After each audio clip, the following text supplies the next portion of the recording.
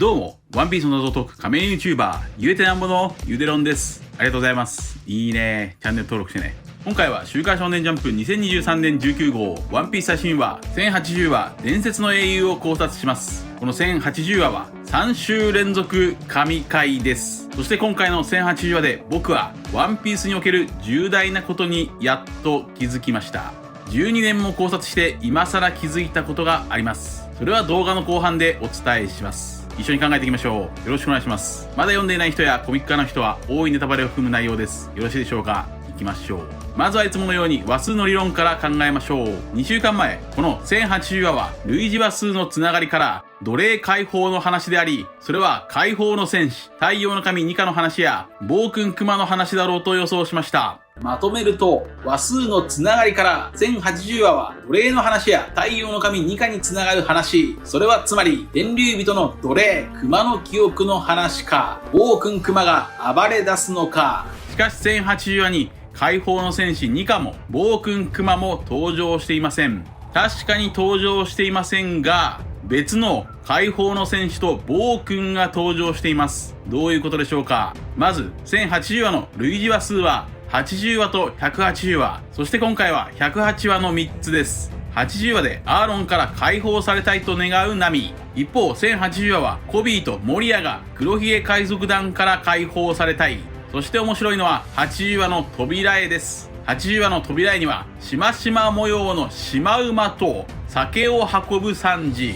一方1080話ではしましまの実のアバロピサロが登場。しましま模様としましまの実のダジャレ、そしてガブガブの実の酒人間バスコショットも登場。次に180話はアラバスタ動物ランド、バロックワークスに捕まっているコブラ王。一方1080話は黒ひげ海賊団に捕まり鉄球をつけられている囚人たちとコビー。そして180話でロビンはルフィに問いかける。なぜ戦うの？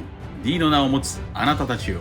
あなたたちとはつまりルフィだけじゃなく1080話の D、ガープや黒ひげにもリンクしています。そして180話と1080話の驚きのつながりはクンフージュゴンとガープです。180話で麦わらの一味は巨大なナマズに襲われていますが、クンフージュゴンが助けてくれました。それは兄弟弟子だから助けたと言います。クンフージュゴンはルフィに弟子入りしており、その兄弟弟子である麦わらの一味を救ってくれました。そんなクンフージュゴンが倒したナマズは黒いひげ。一方1080話では愛弟子のコビーのために黒ひげ海賊団と戦うガープです。この弟子つながりが面白いです。次に1080話で似ている108話も考えましょう。108話は100人の賞金稼ぎ。扉絵にはガープと弟子のコビーとヘルメッポ。1080話ではコビーを狙う蜂の巣の賞金稼ぎたち。続いて1080話の反転話数も考えましょう。1080話をひっくり返すと801話開幕宣言。801話でもドフラミンゴが D の話をしていますが、その話をしている相手は海軍鶴。801話に海軍鶴が登場。1080話に海軍鶴の孫が登場。さらに1080話の扉絵も鶴と折り鶴です。そして801話では海軍に囚われたドフラミンゴを奪還したいジャック。一方1080話では黒ひげにさらわれたコビーを奪還したいガープ。そんなガープは1080話で解放の戦士太陽の神ニカと重なります。コビー解放のためにドクロ岩の島である蜂の巣に来たガープは巨大なげんこつを放っていますが、1049話でルフィもドクロ岩の島である鬼ヶ島に救う街道へ巨大なげんこつを放っていました。しかもこの1049話には海賊島蜂の巣も描かれている。そしてもう一人解放の戦士がいます。それはペローナです。モリアを解放するために単身4甲黒ひげの海賊島蜂の巣へ来ました。ガープとペローナが解放の戦士でしょう。そんなガープとペローナの原動力は1080話の話数の語呂合わせ、愛のパワーでしょう。一方1080話には2人の暴君も登場しています。海賊島蜂の巣を海賊の国にしたいという暴君黒ひげ、そしてその海賊島を物理的にコントロールする悪星王暴君アバロピサロ。ピサロはかつてある王国の王様で悪星の限りを尽くして反乱を起こされた過去を持つ暴君です。ちなみにピサロの語呂合わせはピサロ。136話136話では偶然か意図的か暴君ワポルが悪性を振るっています。とにかく黒ひげとピサロが暴君のイメージでしょう。以上が1080話の話数の理論です。続いて本編の考察を始めましょう。1080話の舞台は海賊島蜂の巣。海賊たちはコビーが脱獄したことで盛り上がっています。なぜならコビーを捕まえてクロスギルドに引き渡せば黒ひげたちを通さずに大金が手に入るからです。これが1080話の話数の語呂合わせ一つ目、取っ払い。取っ払いでしょう。取っ払いとは事務所を通さずに直接ギャランティーを受け取る仕事のことです。さらにもう一つ、1080話の話数の語呂合わせ二つ目、点張り。単勝一点張りでしょう。ゼロは中国語で輪なので利です。一点張りとは掛け事で一つのところに集中してかけることです。海賊たちはコビー一人に一点張り。そんなコビーにかけられた懸賞金額は星5つ。通常は1スター1億ベリーのところ、英雄コビーは5スター破格の5億ベリーです。5スター。このコビーの懸賞金は重要なのかもしれません。5スターのコビーは五老星のイメージと重なります。1080話では黒ひげに捕まったコビーと囚人たちが逃げています。黒ひげ海賊団の船の名前はサーベル・オブ・ジーベック号。黒ひげはロックス・ディ・ジーベックの意思を継ぐものでしょう。黒ひげのポジションが38年前のジーベック。英雄ガープと英雄コビーが38年前のガープ。さらに5スターのコビーは五老星、つまり天竜人のポジションも表している。そしてペローナはロジャーを表している。38年前、海軍ガープは海賊ロジャーと手を組みました。1080話では海軍コビーが海賊ペローナと手を組んでいます。それは38年前、天竜人とその奴隷たちをガープとロジャーがロックスから守った事件、ゴッドバレーの再来。これが1080話、ゴッドバレー。とにかく海賊島蜂の巣でゴッドバレー事件の真相が明かされるのでしょうか。ちなみに1080話の一つ前、1079話ではシャンクスが大活躍していましたが、シャンクスはおそらくゴッドバレーでロジャーに拾われた子供ですから繋がっています。話を本編に戻しましょう。コビーを捕らえようとする海賊たちの話を聞いていたのが蜂の巣のドクロ岩です。なぜかドクロが喋ってる。ドクロ岩は何やら胸がくすぐったいと言いますが、その喋り方は明らかにアバロピサロだにゃー。そしてピサロは奴隷たちが脱走していることに気づいているにゃ。やんちゅう能力。これが1080話の話数の語呂合わせ3つ目。位置はバレる。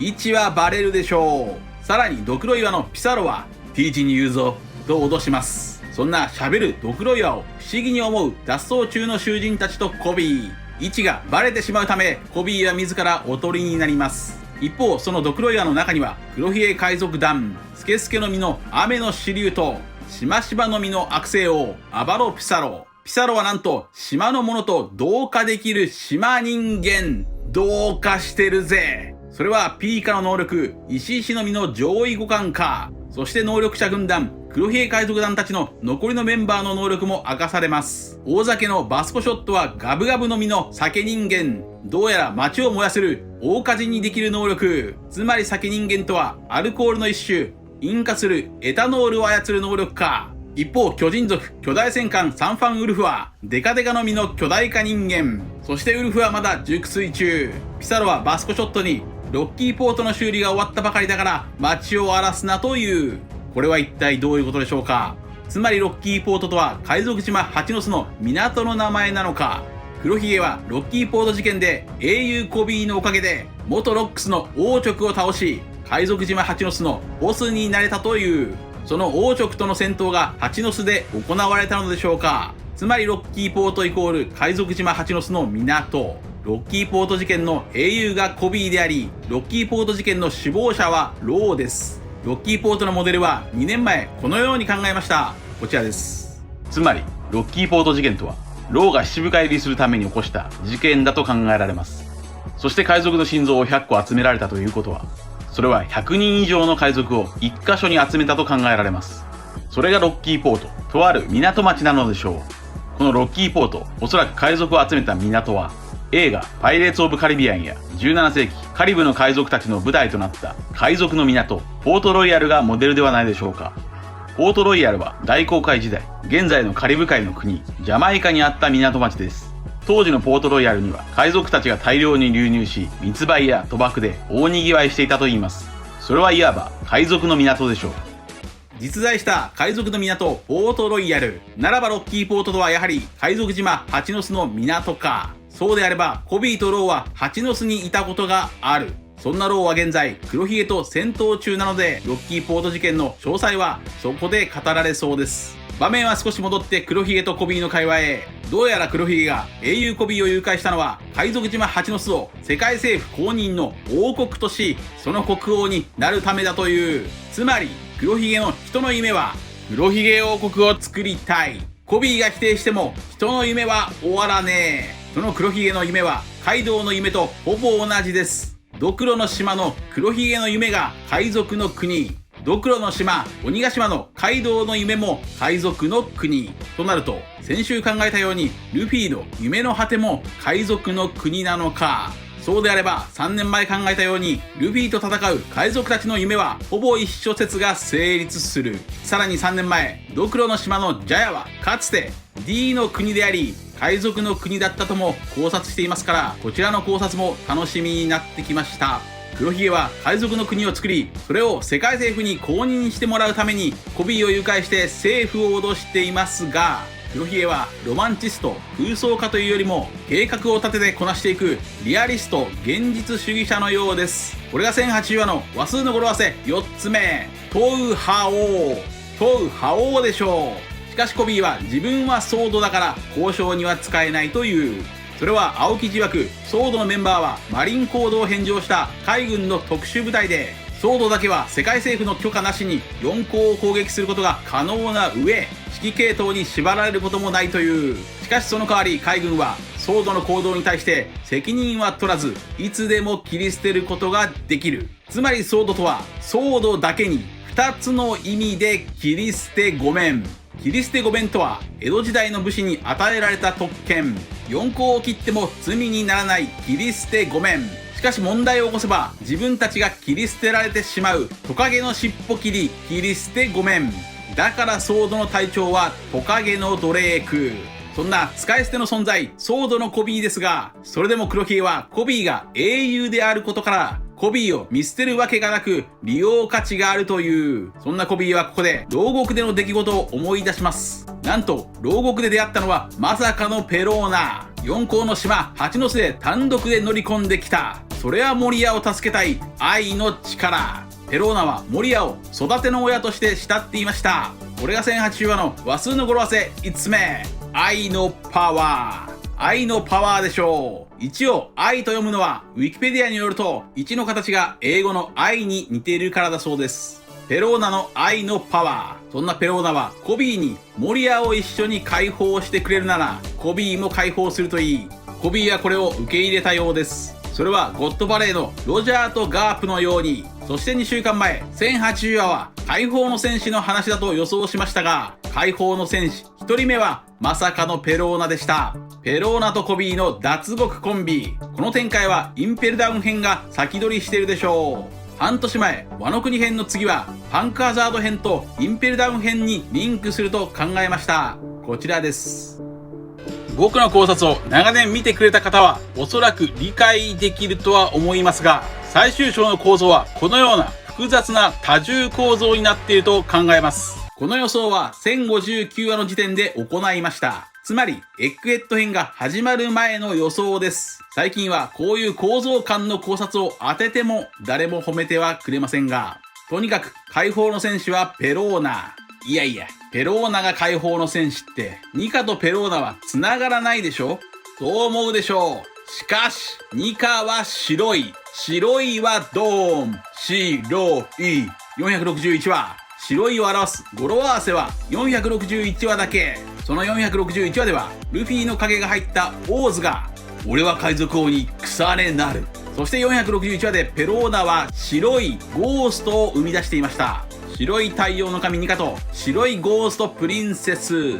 それはモリアを解放したい解放の戦士愛の力。そんな1080話のペローナとコビーの関係はインペルダウン編のルフィとバギーにも似ています。ペローナがルフィ、共闘するコビーがバギー、そして解放したいモリアがエースのポジションです。それを阻むのがインペルダウンの元副所長、雨の支流なのが面白いです。これが1080話の話数の語呂合わせ6つ目。同伴。同伴でしょうか。同伴とは共犯の別の言い方です。コビーとペローナは共犯関係。そんな時、港に海軍ソードが到着。それは966話の扉絵で見た海軍たちです。ソードクジャクはムチムチの実の調教人間。なんとビルに鞭を打つとビルを支配してビルが動く。そんなクジャクは第三坊おつるさんの孫です。そして扉絵は折り鶴の光月日和です。なぜ光月日和なのか。それは以前考えたように光月日和のイメージがクジャクだからでしょう。こんなところで伏線回収。これが1080話の話数の語呂合わせ7つ目。縛れ。縛れでしょうか。銃は中国語で C と読みます。一方逃げるコビーは海賊たちに囲まれ銃で撃たれますが、なんと銃から花びらが舞い落ちる。これはベガバンクが開発した火薬を花に変える GP フラワーお花玉。これが1080話の話数の語呂合わせ8つ目。ヒレハレ。ヒレハレでしょう。ヒレハレとは何かが舞い落ちる意味の言葉。さらにハラホロヒレハレなら混乱を表す昭和のギャグでもあります。そんなお花玉を打ち込むのはソードの狙撃手ヒバリ。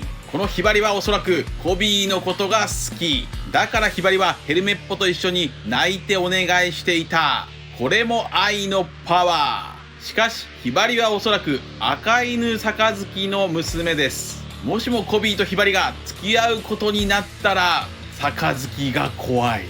そしてもう一人、プリンスグルスはぐにょぐにょの実の粘土人間、お粘土お兄さん。こねこねこねこね。泥人形ゴーレムを生み出せる。クジャクと連携して海賊たちを町の広場の中央一箇所に集めています。これも語呂合わせ一点張り。そしてタシギとヘルメッポは準備万端。英雄の出撃。ガープの軍艦が空を飛ぶ。これが1080話の話数の語呂合わせ9つ目。飛ばれる。飛ばれる。さらに1080話の話数の語呂合わせ10個目。デバレ。